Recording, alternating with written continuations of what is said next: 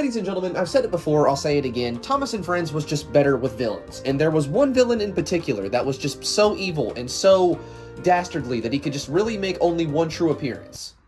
And we're not talking about him, we're talking about this guy.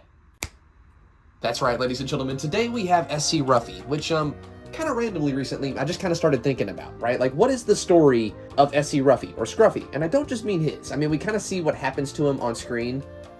It's not very pleasant, you know what I'm saying? But more on the side of what's his backstory. You know, how did he become the leader of the Trucks? What exactly is S.C.Ruffey, and what can we infer from the detail he has? Or what's his story, I guess? Well, we don't really know, but again, we can infer some things. So we're going to talk about that today. Here we go. The first time we see Scruffy, he's kind of just like a rusted up, very mean-looking, troublesome truck, I guess. He's got this very disgruntled face, which is pretty, you know, well shown from this Tommy here. And the one thing we can tell or kind of know about him is that he's very, again, rusted. He doesn't have very good frames. And again, he's a bit of a rotten truck, literally and figuratively. And after staging the other troublesome trucks to be punks to Oliver, he gets pulled apart by not only Oliver, but a Toad as well. And kind of like a, you shouldn't have messed with me kind of moment. Later to show back up at the end of the episode, rebuilt in a kind of newer form, I guess. Kind of the exact same truck, you know, same detailing there on the side, but he's got new frames, and now he's not so rotten.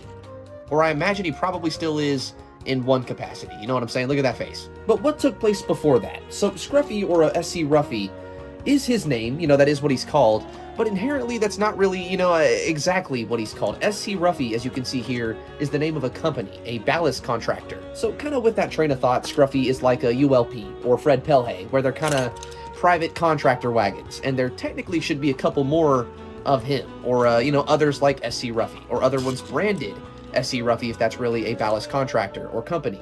Maybe it has one truck, but that's not something I really believe myself. No, in my head, S.C.Ruffey was probably a pretty large ballast company that not only had several trucks in their fleet, but maybe at a time the company itself was a very large presence on Sodor. You know, maybe that's who provided the ballast for the railway before the Arsdale Railway did, or something like that, maybe in early Sodor. But eventually, down the line, maybe during the opening of the Northwestern, or when new lines opened, S.C.Ruffey got defunct, or there really wasn't a need for a ballast company like that. Again, maybe because Arsdale opened, or other reasons like that. And all that remains is a single truck.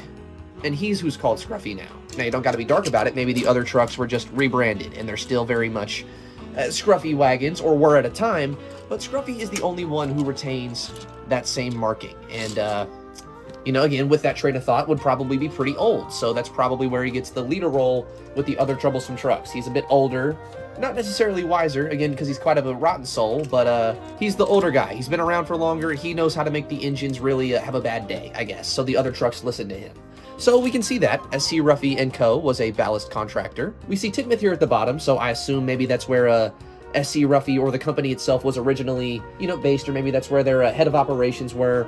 I assume he was meant to be returned there, you know, after S.C.Ruffey delivered his load wherever it was, or this wagon, he was returned to Tidmouth, and maybe that's why that's there, and that's on Sodor. So S.C.Ruffey, it's a ballast company based in Tidmouth that at some point goes defunct, and all that remains is this one wagon here, who probably chose to, you know, not get repainted. He probably wants to keep that, you know, all that lettering. It's where he comes from, so maybe that's like a heritage thing for him. And he probably just gets older and bitter and more troublesome over time, and that's when we see him again in Oliver's little power fantasy episode, and that's when he gets destroyed, kind of, you know, loses that leadership role, I would assume, and then goes back to, you know, being rebuilt and kind of just his old, punk, mean, troublesome self. And that's pretty much the last time we see S.C.Ruffey, or canonically, that's the last time we see S.C.Ruffey. At least directly, because if you ask me, there is one more time, and that is something we're going to talk about today, because if I'm going to be theorizing about everything else, we're going to talk about the end of the story too. So keen-eyed viewers may notice in Put Upon Percy, when Percy goes to the mine, there is one troublesome truck that looks a little bit familiar, you know what I'm saying? He has a very familiar face at the front of that train that gets buried underground. Now, directly, that is not S.C.Ruffey. He has none of the markings, as you can see here on the side. But is it really too hard to imagine that maybe he just kept up his troublesome ways? As a punishment, Sir Topham Hatt was like, all right, you know what, I rebuilt you.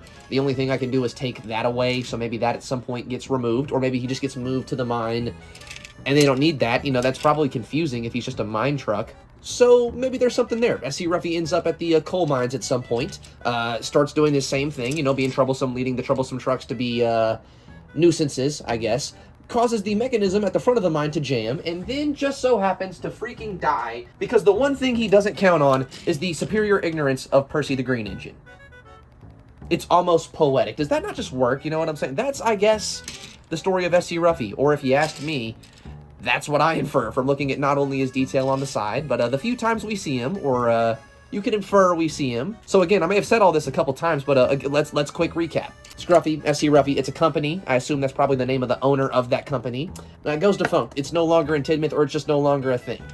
He keeps his markings, grows to be a bit of a punk, gets killed by Oliver. I could go get Oliver. I'm not going to do it because I'm lazy. Is revived by Sir Topham Hatt and made to a completely, or not completely, but, you know, almost completely new truck. Probably continues those stupid ways, is moved to the coal mine, and that's when this guy finishes the job. Is that not just something? Ladies and gentlemen, again, I have to remind you, we are talking about Thomas the Tank Engine characters. And yeah, I guess that's the end of the video. There's really not much else to say. This was kind of just a rant about a random troublesome truck that I kind of really like. And I also really like to imagine that Percy maybe ended that troublesome truck just from being stupid. What is it, like, did he kind of deserve it? I mean, kind of. Maybe we shouldn't say that one. I might need to cut that part out of it. That was a little bit drastic. Maybe not the part. He absolutely agreed. Look at that back. He's like, no, I would do it again. I will do it again. We're going to move him away from this guy. Scruffy has learned his lesson and says nothing at all.